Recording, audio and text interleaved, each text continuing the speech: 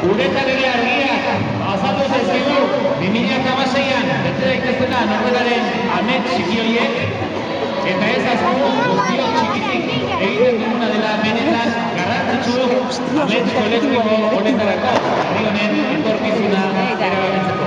Eskuz esku egin dezakegu goierrin emango dute urratsa. Guk ere jarrai iezaiekin gure esku dago. Eskerrik asko, herri guztioi. Halo bera bat.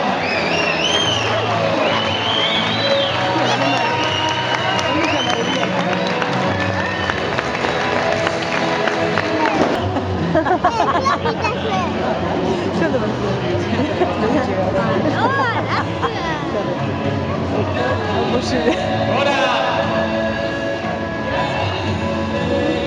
Hora, Reyes!